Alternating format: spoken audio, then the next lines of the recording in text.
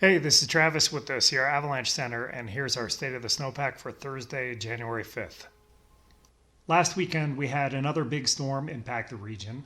It started raining heavily on December 30th, and fortunately, temperatures dropped faster than originally forecast, and rain switched to snow early on New Year's Eve.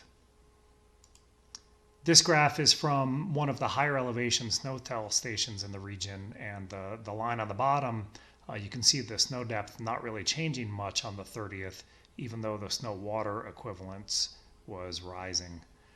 And then on the morning of the 31st is when both of those lines start to rise together, and so that's when the rain switched over to snow. Then the rest of the week has been a mix of fluctuating temperatures, winds, and a few snow showers that might have been more notable in a different context. This photo is from January 1st, and it was only a mid-elevation slope at about 7,500 feet, but it shows over 9 feet of snow on the ground. The very next day, on January 2nd, we started seeing signs of settlement in the snowpack. And some of this might have been a little bit accentuated because there was heavier snow on top of lighter snow in many areas. Settlement can be a good thing because it indicates that the instabilities within storm snow is healing.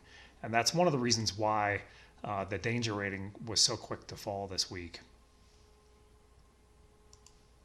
Interestingly, we had very few avalanches reported this week. This is a wind slab that's actually pretty shallow considering how much new snow we had from just a few days prior. Winds have continued to sculpt the snowpack, and in places it's been scoured back down to the rain crust from New Year's, and then in other places big wind deposits have remained a concern. Yesterday we had some rain at lower elevations and heavy wet snow on the surface. Higher elevations remained cold and very windy.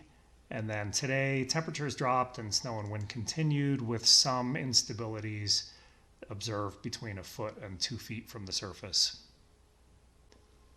With snowfall tapering off tonight, but winds continuing tomorrow, our forecasters are expecting a slight decrease in the danger rating. But things are going to get interesting again this weekend with another 2 feet of snow or more forecast to fall on the region. There's actually two waves coming in, one on Saturday that might be a little bit warm, and then one Saturday night that's going to be colder.